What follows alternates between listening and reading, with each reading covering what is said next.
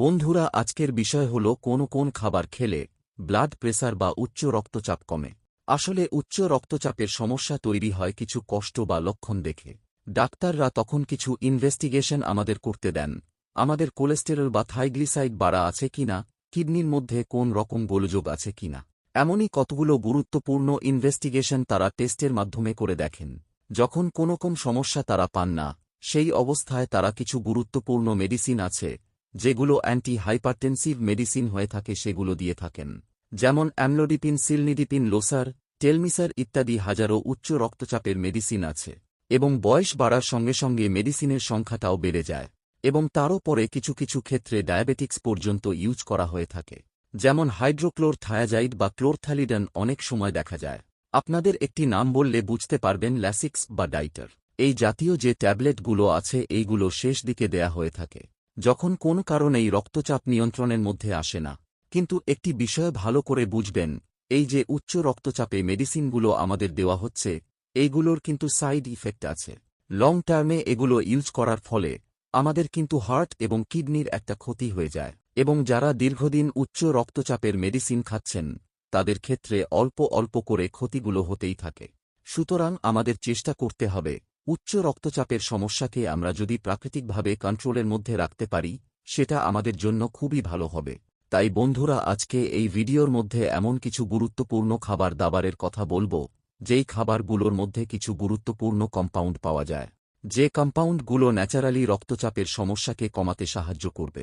অপরদিকে কিন্তু আমাদের যে কার্ডিওভাস্কিউলার হেলথ আছে সেটাকেও ইমপ্রুভ করতে সাহায্য করবে। কিন্তু তার আগে বন্ধুরা, আপনারা যদি আমার চ্যানেলে প্রথমবার এসে থাকেন তাহলে ভিডিওটাতে একটা লাইক দিয়ে চ্যানেলটিকে সাবস্ক্রাইব করে দিন। বন্ধুরা, 1 নম্বর হচ্ছে গার্লিক অর্থাৎ রসুন। রসুনের মধ্যে অ্যান্টিঅক্সিডেন্টে ভরপুর থাকে, অর্থাৎ এক কথায় বলতে গেলে এটাকে অ্যান্টিঅক্সিডেন্টের পাওয়ার হাউস বলা হয়।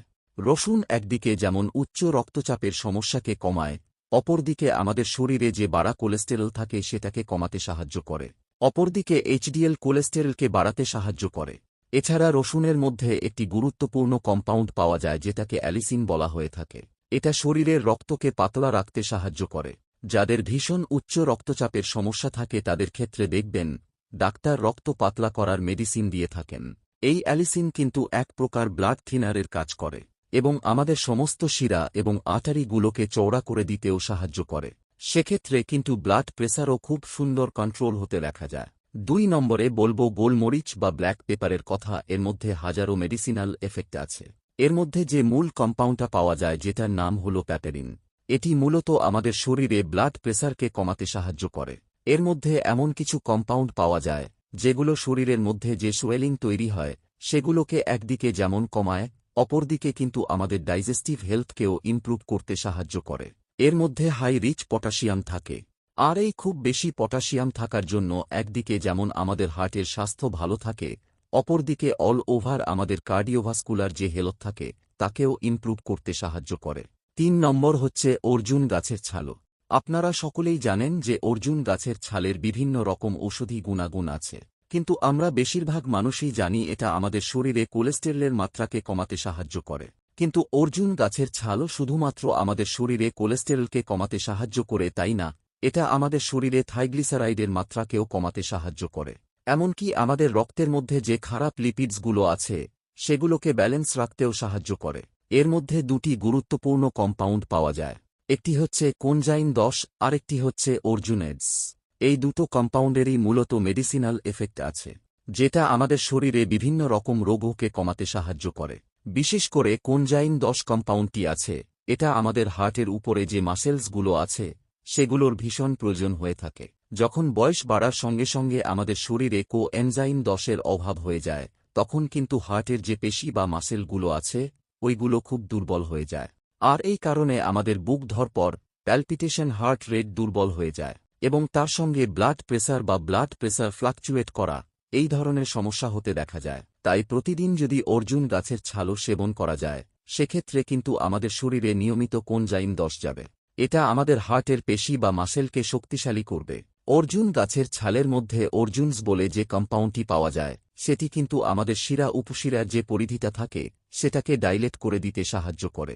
যখন খুব বেশি রক্তচাপের সমস্যা থাকে তখন ডাক্তার বাবুরা আপনাদের বিভিন্ন রকম মেডিসিন দিয়ে থাকেন, যেমন অ্যামলোডিপিন। এই মেডিসিনগুলো কিন্তু আমাদের শিরা উপশিরাকে খানিকটা বাড়িয়ে দিতে সাহায্য করে।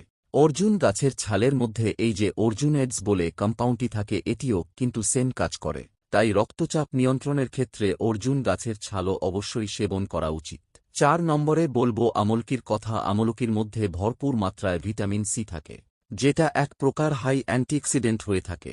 আপনারা সকলেই জানেন যে অ্যান্টিঅক্সিডেন্ট আমাদের শরীরে যেসব অক্সিডেটিভ স্ট্রেস তৈরি হয় সেগুলোকে নিয়ন্ত্রণ করতে সাহায্য করে।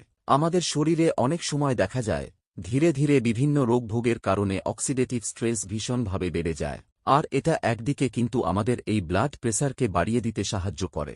তাই যদি আমরা আমলকি ডেইলি সেবন করি সেক্ষেত্রে আমাদের শরীরে অক্সিডেটিভ স্ট্রেসের মাত্রা কমতে আরম্ভ করবে এবং আমাদের শরীরে যে ফ্রি রেডিক্যাল ড্যামেজগুলো আছে সেগুলো কিন্তু প্রিভেন্ট হবে। তাই প্রতিদিন আমলকি সেবন করলে আমাদের শরীরে রক্তচাপের সমস্যা কমতে দেখা যায়। 5 নম্বর যে ফুড আইটেমটির কথা বলবো সেটি হল ঢেঁড়স। বন্ধুরা, এই ঢেঁড়সের মধ্যে এমন কিছু কম্পাউন্ড থাকে যেগুলো ব্লাড প্রেসারকে কমাতে সাহায্য করে। একটি সমীক্ষায় জানা গেছে ঢেঁড়সের দানায় যে জেল টাইপের রসটা বের হয় ওর মধ্যে এমন কিছু কম্পাউন্ড পাওয়া যায় যেগুলো আমাদের হার্টের স্বাস্থ্যের জন্য খুব ভালো।